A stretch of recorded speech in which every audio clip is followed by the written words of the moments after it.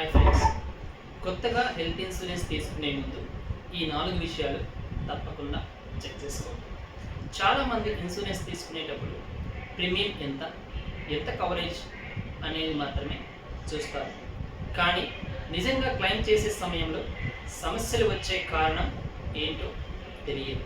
కాబట్టి క్లెయిమ్ చేసే సమయంలో మేజర్గా వచ్చే 4 ఇష్యూస్ గురించి మనం ఈ వీడియోలో తెలుసుకోబోతున్నాం. మొదటిది రూమ్ రెంట్ క్యాపింగ్.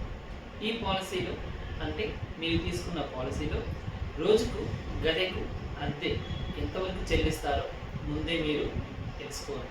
ఉదాహరణకు మీ పాలసీలో రోజుకు 5,000 మాత్రమే కవర్ ఉంటే మీరు 8,000 రూమ్లో అడ్మిట్ అయితే మిగిలిన ఖర్చు మీది మాత్రమే భరించాలి. ఇన్సూరెన్స్ కంపెనీస్ మీకు పే చేయాలి. అందుకే రూమ్ రెంట్ లిమిట్ ఉందా లేదా, నో రూమ్ రెంట్ క్యాపింగ్ పాలసీనా అనేది తప్పకుండా తెలుసుకోండి.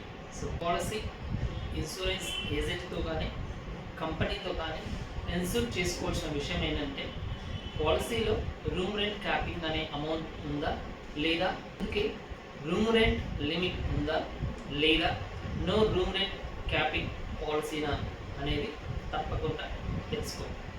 రెండవది పేమెంట్. పేమెంట్ అంటే ప్రతి క్లైమ్లో కొంత శాతం మాత్రమే మీ జేబు నుంచి చెల్లించాల్సి రావడం. ఉదాహరణకు 20% కోపే ఉంటే 5 లక్షల హాస్పిటల్ బిల్లు వచ్చిందనుకోండి, అందులో 1 lakh మీరు మీ చేతి నుంచి పే చేయాలి. మిగతా 4 lakhs మాత్రమే మనకు ఇన్సూరెన్స్ కంపెనీస్ పే చేస్తాయి.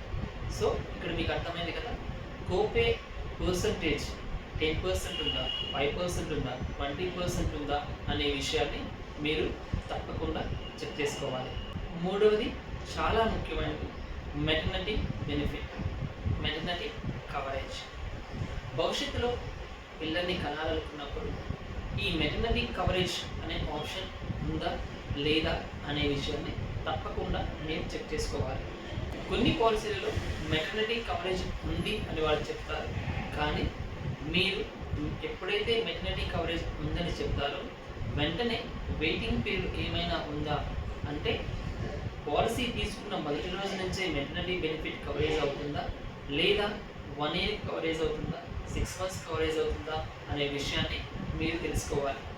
ఈ 1 year లేదా 6 months అనే దానినే మనం వెయిటింగ్ పీరియడ్ అని అంటాము. నాలుగవది వెయిటింగ్ పీరియడ్.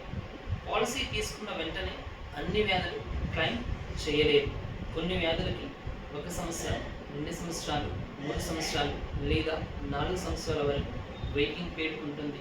అలాగే ముందు మీకు ఉన్న ప్రీ ఎగ్జిస్టింగ్ డిసీజెస్ కవరేజ్కి సంబంధించిన వెయిటింగ్ పీరియడ్స్ కూడా చెక్ చేసుకోండి.